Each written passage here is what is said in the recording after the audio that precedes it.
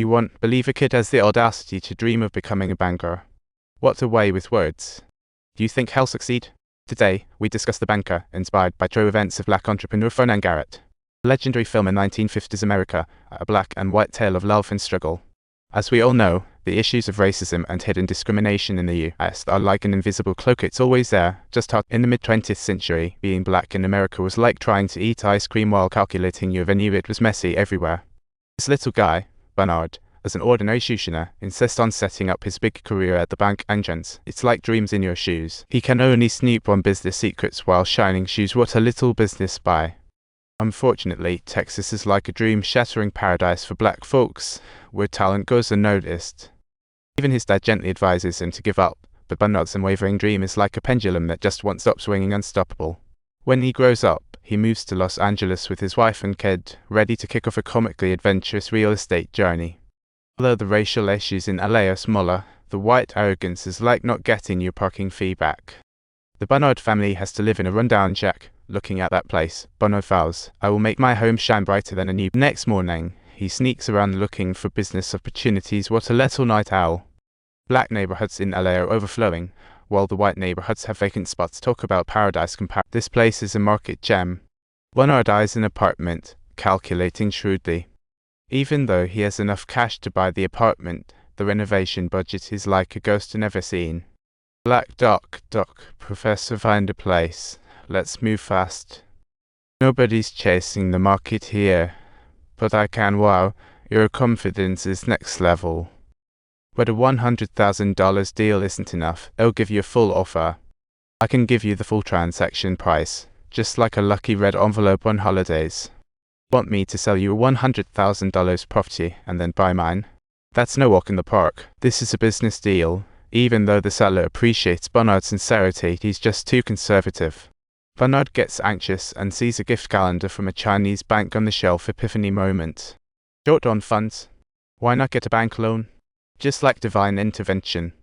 After bidding farewell to the owner, he follows the calendar trail to find the Chinese bank manager. Mr. Lyda. The mission begins.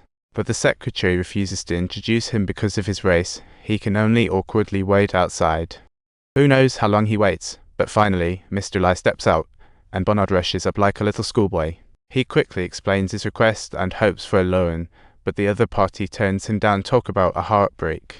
The discrimination outside feels like a mountain too high to climb, making success seem light years away.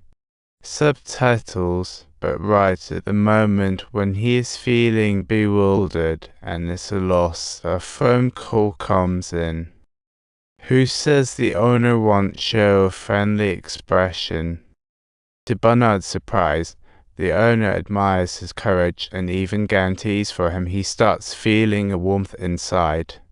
He secretly vows to carve out his own territory in the real estate market. Dreams are always so beautiful, but reality reflected back to him like a cold mirror, brutally thin. On the first day after buying the apartment, a white lady walks in and bumps into Bernard, who's painting the sparks fly. Seeing her sharp expression, Bernard stays unfazed and radiates confidence. He boldly tells her he bought the building. She instantly doesn't believe him. What a joke. Shortly after that, the police showed up. The old lady's report left him both amused and bewildered. Who said there were no dramatic twists in this place? Bernard anticipated this moment, brandishing his property documents to the cops. But things have not come to an end. Later that same night, he encounters the old lady again at the apartment door. What a perfect comedic duo. Bernard's argument leaves her speechless. In a huff, she decides to move out. What a downstairs drama. What she doesn't realize is this apartment holds tenants' potential that leaves her comprehension in the dust. As soon as she left, a black lady moved in just as Bernard suspected. This apartment was quickly rented out to black tenants, and Bernard's profits became the talk of the town.